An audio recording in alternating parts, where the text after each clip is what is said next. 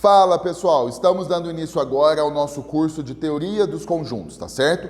Nessa aula 1 nós vamos focar em dois conceitos, relação de pertinência e relação de inclusão, beleza? Algo que você estudou, por exemplo, lá no seu Fundamental 1 e você vai lembrar isso comigo. É claro que agora nós vamos fazer um aprofundamento. Então, para essa nossa primeira aula, eu fiz um esqueminha daquilo que você precisa começar a recordar para depois a gente ir construindo, aprofundando a cada aula, beleza? Então, vamos lá. Primeiramente, o que eu preciso que você tenha na sua cabeça? A noção de conjunto, tá certo? Quando a gente fala a palavra conjunto, tá? Você precisa começar a pensar do que isso se trata. Eu coloquei o seguinte conceito: nada mais é que uma coleção qualquer de objeto. Quando eu falo isso, eu estou dizendo para você que eu posso utilizar números, letras, figuras, imagens e assim por diante. É claro que você já está no nível onde nós vamos focar em números e em letras, beleza? E existem algumas formas de você representar esse conjunto. O mais utilizado é esse aqui, ó, onde nós vamos colocar chaves e cada elemento nós vamos separar por vírgulas, tá certo? E detalhe, quando você dá nome a esse conjunto, você sempre utiliza letra maiúscula. Pode acontecer desse conjunto não ter nome e não tem problema nenhum quanto a isso, tá certo? E com o passar do tempo, nós vamos vendo também as outras representações e aí eu vou te chamando a atenção para isso, tá certo? Então vamos pontuar aqui esses dois exemplos. O primeiro, conjunto formado pelas vogais. Então, eu conheço todas elas, A, E, I, O, U, organizei dentro do meu conjunto e chamei esse conjunto de V. Detalhe, como eu estou usando letras e como elementos, então nós temos o hábito de usar letras minúsculas. Então faço um comparativo. O nome do meu conjunto eu utilizei letra maiúscula e quando eu utilizo letra para elementos, aí eu utilizo letras minúsculas. Fica a dica, beleza? Olha o nosso próximo exemplo. Conjunto formado pelos números primos pares. E aí você para um pouco, pensa, nos números primos, que você conhece esse conceito, com certeza. E aí você lembra comigo que até então nós conhecemos um único primo par, que é o 2. Então foi um único elemento que eu coloquei dentro desse conjunto.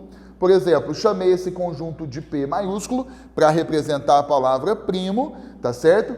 E nós vamos perceber que esse conjunto ele vai ter um nome.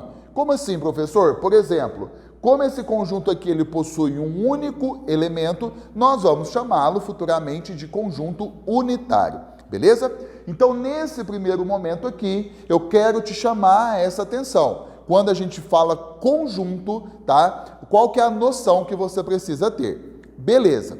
Então, agora, de fato, nós vamos comentar a relação de pertinência e a relação de inclusão. Os dois conceitos precisam estar muito bem arquivados dentro de você, porque a gente vai misturar os dois. Você vai perceber que nós vamos fazer exercício onde a gente mistura, então o conceito de cada um precisa estar muito bem definido. Então vamos começar. Relação de pertinência, tá? Olhe a simbologia que nós vamos utilizar, o ezinho e o ezinho cortado. Lembra do negócio que um dia você estudou assim?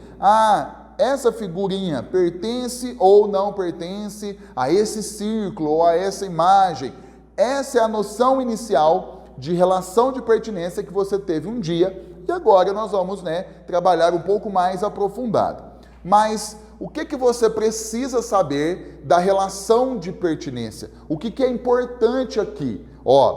Quando que você utiliza? O conceito ele vai falar assim para a gente, Eu utilizo relação de pertinência quando eu relacionar um elemento com um conjunto. Repito, quando é que eu uso relação de pertinência?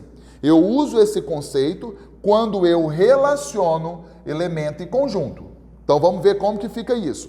Eu peguei o seguinte exemplo, eu peguei o conjunto A com 3 elementos, 1, 2 e 3. E antes que a gente discuta, eu quero falar uma frase aqui para você, que depois ela vai fazer mais sentido em outras questões.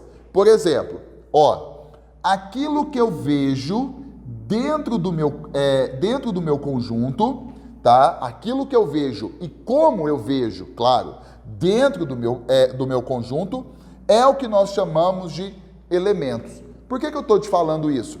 Porque se eu olhar dentro do meu conjunto e enxergar aqui uma estrelinha, eu vou afirmar que essa estrelinha ela é elemento desse conjunto. Se eu enxergar aqui dentro, por exemplo, um círculo, tá? Uma bolinha, eu vou afirmar que essa bolinha é elemento desse conjunto. E assim sucessivamente, tá? Depois a gente vai fazer uma jogadinha com chaves e aí é onde você precisa ter muito cuidado. Mas apenas guarde essa informação por enquanto, tá certo? Vamos voltar aqui para o nosso conceito. Então, relação de pertinência eu uso quando eu relaciono elemento e conjunto. Pegando o nosso exemplo aqui do nosso conjunto A, eu coloquei 3 afirmações, só para você comparar e aplicar esse conceito. Ó, eu posso afirmar que o 1 pertence ao conjunto A, correto? Eu estou vendo ele aqui, ó. Então, de fato, ele pertence a esse conjunto. Eu posso afirmar também que o 2 pertence a esse conjunto A. Eu estou vendo ele aqui, concorda? Então, isso aqui está correto. E eu posso afirmar também que o 4, ele não pertence a esse conjunto A. Ó, eu não estou vendo ele aqui, logo, de fato, eu posso afirmar que 4 não pertence a esse conjunto. Então, é isso. A princípio, é isso que você tem que trabalhar. Agora, vamos falar um pouquinho de relação de inclusão. Primeiro, olhe a simbologia que nós vamos utilizar. Czinho e o C cortado. Lembra que um dia você trabalhou assim? Está contido ou não está contido? Ou então você utilizou contém ou não contém. É isso que nós vamos fazer. A questão do contém ou não contém é menos utilizado. Nós vamos focar no está contido ou não está contido por enquanto, tá certo?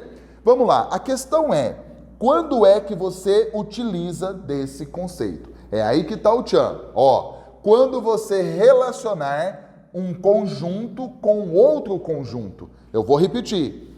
Quando é que você utiliza essa relação de inclusão? Quando você relacionar um conjunto com outro conjunto, tá certo? Como que você vai encontrar isso em problemas? Vejamos o nosso exemplo. Eu peguei o mesmo exemplo aqui agora, né? O mesmo conjunto A com 3 elementos, 1, 2 e 3. Aí, eu peguei esse conjunto aqui, que não tem nome, você está percebendo isso, e eu estou afirmando que esse conjunto, ele está contido no conjunto A, percebe? Mas por que, professor, que eu posso afirmar isso? Simples. Tá vendo o 2 que está aqui dentro? Ele pertence a esse conjunto aqui. Você concorda comigo que ele pertence também ao conjunto A? Pertence. Então, sendo assim, eu posso afirmar que esse conjunto, ele está contido no conjunto A. Só para você entender de forma mais clara, nós estamos afirmando que esse conjunto aqui é como se ele estivesse dentro do conjunto A, percebe? Tem essa ideia do dentro na sua cabeça que fica mais claro, tá certo? É como se ele cabe lá dentro, beleza? Olha o próximo exemplo. Eu estou afirmando também que esse conjunto aqui também está contido em A. Vamos focar nesse conceito porque ele vai ser importante mais para frente. Ó, eu posso afirmar isso porque o 1 e o 3, tá vendo aqui? Pertencem a esse conjunto, mas eles pertencem também ao conjunto A. Olha que interessante, beleza? Então eu vou afirmar mais, ó, de forma diferente para você. Então, como todo mundo que pertence a esse conjunto pertence também ao conjunto A, então eu posso afirmar que esse conjunto que também não tem nome, ele está contido no conjunto A. Percebeu? Agora faz um comparativo na sua cabeça a partir do próximo exemplo. Eu peguei esse conjunto aqui e eu afirmo que ele não está contido em A. Mas essa afirmação está correta. Mas por quê? Ó, tá vendo esse 4 aqui? Ele pertence a esse conjunto aqui, tá certo? Beleza. Só que ele não pertence ao conjunto A. Então eu digo o seguinte: nem todo mundo que pertence a esse conjunto pertence ao conjunto A. Sendo assim, esse conjunto que também não tem nome, ele não está contido em A. Beleza.